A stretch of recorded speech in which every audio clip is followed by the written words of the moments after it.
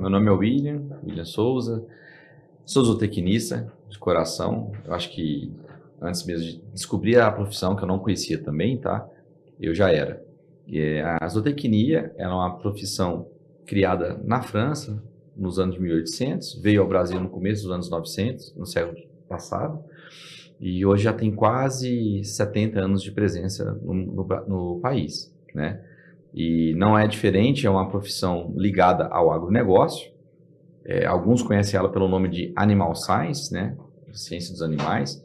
E a zootecnia, ela não é nem veterinária e nem agronomia, porém complementa essas duas grandes outras cadeiras, né?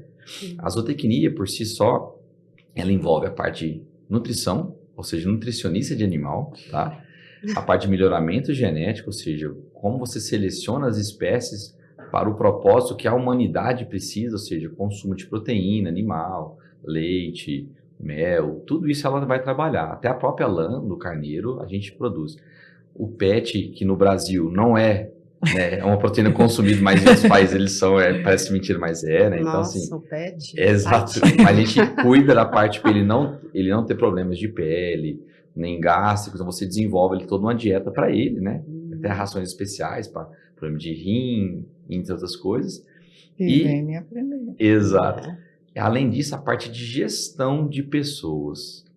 Porque o que é o grande ponto, né? E aqui tá um rapaz por trás de um sorriso, né? Que é esse profissional, que as pessoas, elas fazem as coisas acontecerem dentro do agro, principalmente nos primórdios, onde não tinha tanta mecanização e onde não tinha tanta tecnologia, né? A tecnologia era, talvez, se você possui uma ferramenta, uma enxada, uma foice, quando muito um arado movido por um cavalo. Isso era uma tecnologia para a época, foi uma transformação, né?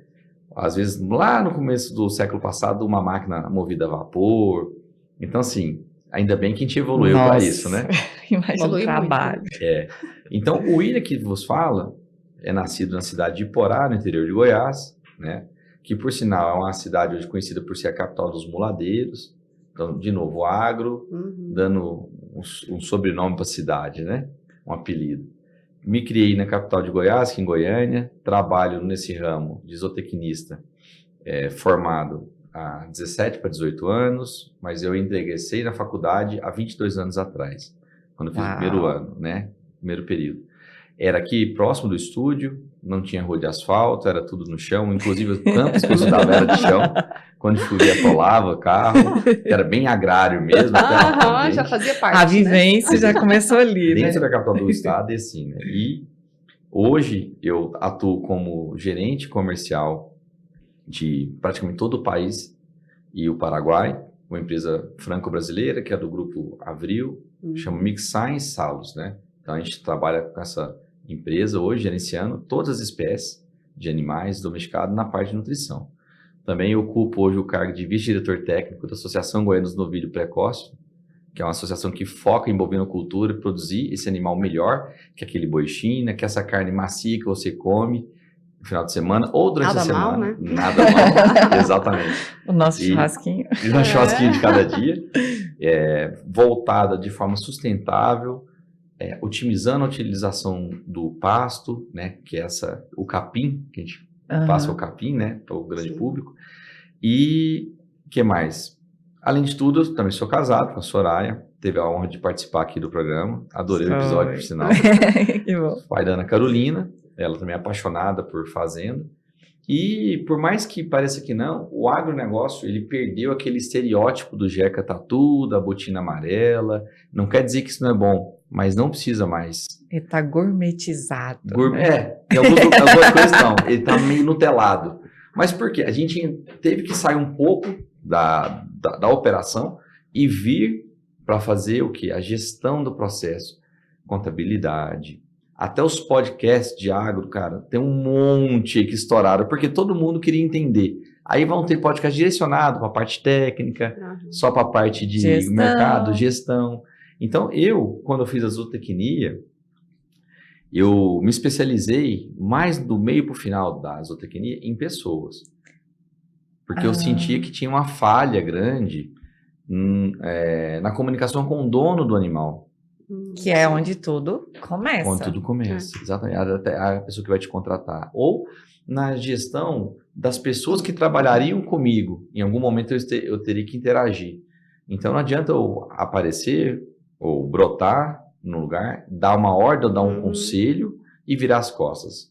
O nível dessa pessoa entender, ela fala, mas quem que é esse que chegou aqui ontem, falou e vai embora? Então, Até porque uma equipe bem formada, Nossa. ela tem que ter conexão, né? total. Porque se não tiver, não faz sentido também. Não. E ela não Não consegue nem atinge entregar o objetivo. o objetivo exato. E aí a pessoa se frustra. E uma vez que você se frustra, independente da profissão que você faça, onde você atua, você não vai ter bom resultado, você vai ter Tá frustrado, né? isso, você vai deixar de desempenhar e você não vai ter um sorriso, você não vai ter uma alegria, motivo para voltar.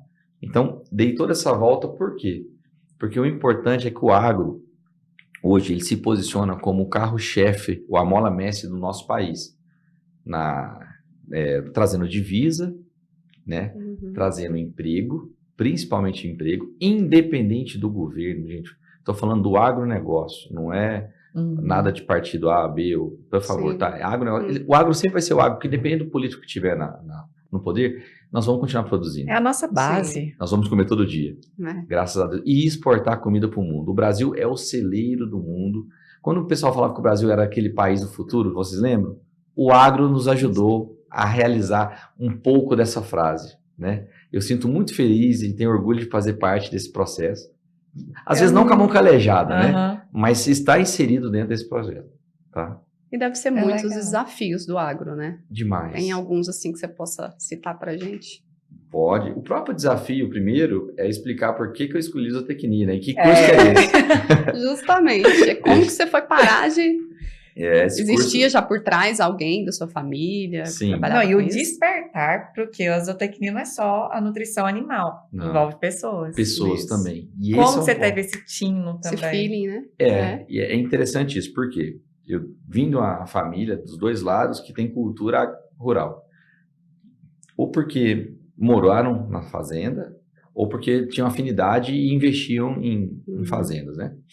E aí, uma vez, com 8 anos de idade, eu vi um veterinário fazendo uma anucleação, ou seja, tirar o olho de uma vaca que estava machucado, ferido, e ela sofrendo. E aquilo ali, quando foi feita aquela cirurgia para essa vaca voltar a ter uma qualidade de vida, eu não sabia, mas aquilo era o tal do bem-estar animal. Que nem se falava, ou seja, você está dando um Com bem-estar. 8 anos, você lembra disso? E eu lembro. E ele tirou, e aquilo me encantou, porque antes disso eu queria ser caminhoneiro. Aí eu falei, não, agora eu quero ser Toda veterinário. criança quer ter essa ficção por caminhoneiro, né? Exato. Acha bom, caminhão grande, bonito, né? é. Na época tinha aquela seriado carga pesada e tal, então assim, já vou contando a idade, né? E eu achava legal. E aí, aquilo me chamou a atenção, mas só que era veterinário que eu conhecia. E aí, quando eu fui fazer intercâmbio, morar fora do Brasil, nos Estados Unidos, lá eu vi um nome chamava que é o Animal Science, eu fui atrás disso. Ah, você fez o intercâmbio antes de ingressar na faculdade? Foi antes. Eu terminei o 2º grau lá, né, nos Estados Unidos. E aí, quando eu voltei, eu ia fazer faculdade. Mas só que lá eu já tinha feito o vestibular, que eles chamam SATs, para veterinária. Depois que eu fiz o vestibular para veterinária, que eu descobri que tinha o Animal Science. E aí, na época, já tinha internet, tá, gente? Eu peguei, fui na internet. Então, Era uma antiga assim, né? E lá tava, é um curso que chama zootecnia. E no Brasil tinha zootecnia. Só que aí que eu fui ligar, falei, nossa, aquele curso que eu já ouvi falar, mas eu não sabia o que fazia. Até porque aqui não é muito divulgado, né, William? Ainda Hoje não. já é mais conhecido, Hoje é bem mais divulgado. Nós vamos falar de 16 anos, 22 anos era. atrás não era, né? Então, assim, para você ter ideia, na cidade de Goiânia, onde a gente reside, esse curso foi iniciado em 96 só. Então é muito novo, tá? É novo mesmo, tá? Tem outros cursos aí, em outras cidades do estado de Goiás ou em outras regiões do Brasil, que foram ter zootecnia a partir de 2000, 2004. Então, assim, é um curso relativamente novo, mas é o profissional que mais cresce pensando, quando você olha na parte de bovinocultura, né, que é leite, corte, suíno ou frango. Porque o veterinário, o que é o veterinário? Ele é o médico do animal. Você vai todo dia ao médico? Não, Mas a nutricionista você vai mais do que ao médico. de 20 em 20 dias. Não é isso? Então, não quero dizer que o médico não é legal, nem a nutricionista ela é mais legal, mas uma pessoa bem nutrida, ela adoece menos. Uma pessoa que faz exercício, ela vai ter menos problema. Então, o zootecnista, quando ele atua na função com toda a qualidade e propriedade, ele evita com que o animal adoeça. Mas o veterinário tem outras funções na fazenda, que é a parte de sanidade reprodutiva, assim como o agrônomo vai estar nos ajudando a produzir comida, plantando as plantas. Então, assim, é tudo um ecossistema perfeito. Faltava essa chave no meio, tá bom? Então, assim, eu não estou glamorizando a profissão, não, mas só dando um pouco de... Um grande puzzle, público. entender. E aí, falando isso, quais são as histórias ou os desafios que a gente tem? É justamente isso. Chegar numa fazenda e o cara falar assim, me ajuda ali a segurar aquele bezerro. Aí você não consegue segurar, porque você não tem a prática de segurar o bezerro. Aí o cara, para que você fez zootecnia? Aí você fala, justamente para não ter que ficar fazendo isso. A gente pode colocar ele no curral, ter um manejo de boas práticas, que você, só de conhecer onde o animal atua, você sinalizando com a mão, sem assustar ele vai para onde você quer, que chama doma racional, tem para cavalo, tem um manejo racional para bovino, você põe um saco plástico ou um saco na ponta de uma vara e você faz o barulho, aquele barulho incomoda o animal, ele sai, você não precisa gritar, xingar, bater. Judiar. Exato, assim. Alguém gosta de receber um grito? Ninguém. O animal também, ele tem sentimento. Então, assim, esse é um exemplo. Assim como vai ter vão ter momentos que você descobre situações onde o animal produz melhor se você der um ambiente melhor para ele. Der mais sombra, der mais água. Então, assim, a gente foi evoluindo, assim como os animais foram evoluindo. Não quer dizer que o que fizeram no passado estava errado. Talvez não tinham consciência do que faziam. Tá? Faziam com os recursos que tinha também. Exato. Você imagina, né? Teu bisavô ou avô não tinha nem energia na fazenda naquela época, né? Vamos pensar assim, ou no interior onde ele morava. Então, o animal que ele criava no fundo da casa dele era uma comida, era a geladeira dele. Literalmente. Não é? Então, assim, você entendeu? Então, talvez não tinha uma condição boa, mas enfim, que bom que a gente evoluiu, que bom que a gente está aqui podendo trocar essa experiência, né? Então, um pouco da zootecnia é isso. Trazer essa dignidade para quem trabalha dentro do agro, com treinamentos, com comunicação, trazer, hoje as fazendas, os grandes grupos já possuem recursos humanos, ou seja, RH, dentro das fazendas. Importantíssimo, né? Isso, o Porque olhar do humano, sabe? Pro funcionário, porque ele, na verdade, não é um funcionário, ele é o colaborador. Total, e ele é o seu sócio. Porque ele é quem vai dirigir o trator. Porque se esse cara resolve fazer uma greve ou sair dali, eu posso até mecanizar, colocar... Hoje já tem trator robô, drone robô, faz tudo sozinho. Mas o olho humano, ele não vai ser substituído tão fácil, mesmo com a inteligência artificial. Tem coisa que esse feeling ainda vai precisar ter. Então, assim, vindo pro lado mais moderno do agro, o agro, ele fascina. Porque... eu preciso do solo para produzir o capim para o boi comer. Eu preciso do solo para produzir a soja, o milho, a cana, o café. Né? Eu preciso para produzir o cacau para a gente comer chocolate.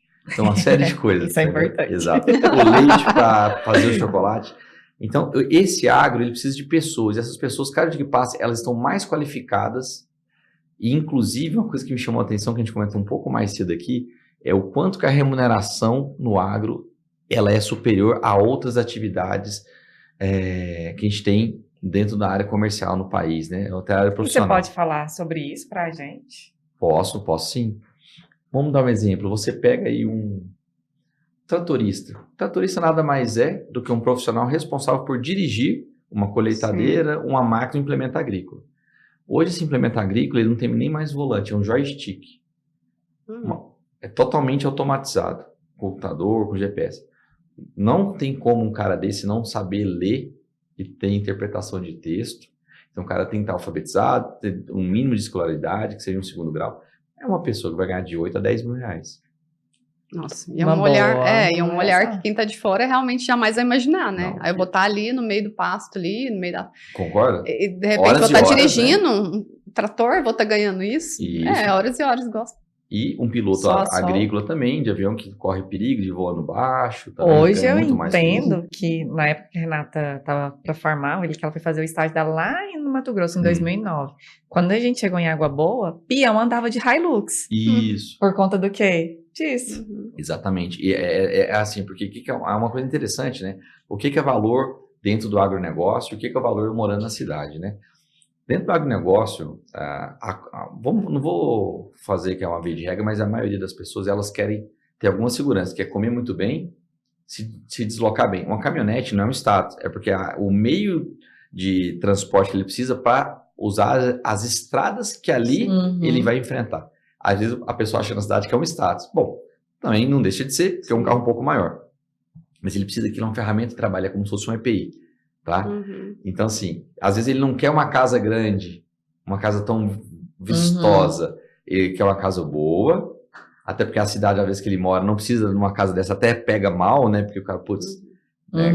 Mas, enfim, então, assim, tem um pouco disso, tá? E quando você olha a parte de controladoria no agronegócio, uma fazenda de 1.000 hectares que produz, sei lá, 60 sacos de soja por hectare, são 60 mil sacos de soja. Se a soja está lá a R$100, 6 milhões de reais. Se ela está a 200, são 12 milhões de reais. Então, assim, esse cara que vai controlar esse dinheiro, ele tem que ter um nível de conhecimento também. Então, assim, tudo no agro, quando eu vou falar, ele tem um lado superlativo. Em custo, em receita, em prejuízos, infelizmente, às vezes, e às vezes em lucro. Então, assim, eu tenho uma enorme satisfação em ter essa consciência e conseguir vivenciar isso.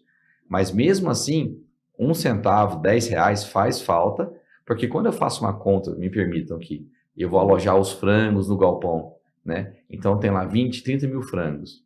Se eu economizar 1 centavo por dia por frango, em 40 dias, eu ganhei o dinheiro talvez de todos os funcionários ali estão pagos. Então, assim, o agro é isso. Eu falo que 1 centímetro, 1 milímetro, 1 centavo faz diferença no final. E às vezes a gente, que me permite ganhar um salário mínimo ou 2, não, eu perdi 10, 15 reais, cara. Faz em percentual quanto que você perdeu do seu ordenado. Às vezes foi 1%, 2%. Então a gente faz conta de tudo, que é um agro de precisão, sabe? É incrível, gente. Eu também, assim, eu não faço parte do meio, mas eu cresci no meio do agro, né? E assim, por tabela, como a Renata também está no meio, e eu fico encantada quando eu vou para o Mato Grosso, eu vejo, assim, o tamanho das propriedades, as pessoas que trabalham lá. E o que eu fico mais encantada, ali, você falando de remuneração, é porque a gente tem esse preconceito quem está de fora. Mas também é o inverso, assim como o trabalhador em si, ele ganha bem, mas também tem donos de propriedades que são milionários e não conhecem o litoral. Exato, é bem isso mesmo. É incrível essa cultura.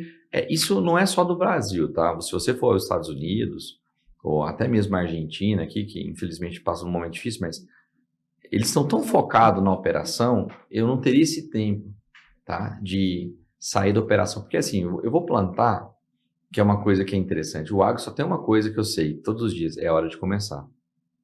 E não tem hora para acabar. Porque você continua querendo todo dia ir ao supermercado comprar alguma coisa. Então, assim, eu tenho que garantir essa produção. Então, um exemplo, tá chovendo, o que eu faço às vezes em casa? Eu desmarco o compromisso, eu posso trocar o carro, tal. No agro não, tá chovendo não, você tem que trabalhar. A vaca, ela não sabe do final de semana, do feriado. A planta... Ela não tem hora, né? Não então tem. É 24 horas. 24 horas. Então, assim, quando eu vou começar a plantar, que isso for a lavoura, só tem hora de começar. E a máquina trabalha o tempo inteiro, só troca o tratorista na máquina. Ela só para abastecer. Enquanto não plantar tudo, você não para. E a colheita é a mesma coisa. Então, assim, às vezes eu vou plantar durante uma semana 5.000 hectares. Tem que ter a maquinário para isso. E para colher também. Então, você fica uma demanda, semana. Né? Exatamente. E quando você está plantando, o que acontece? A máquina só quebra quando trabalha. A parada não quebra. Então, ela vai quebrar. Quando você está produzindo o animal ali, vai estragar alguma coisa. Então, ele só quebra na mão de quem trabalha, a ferramenta, né?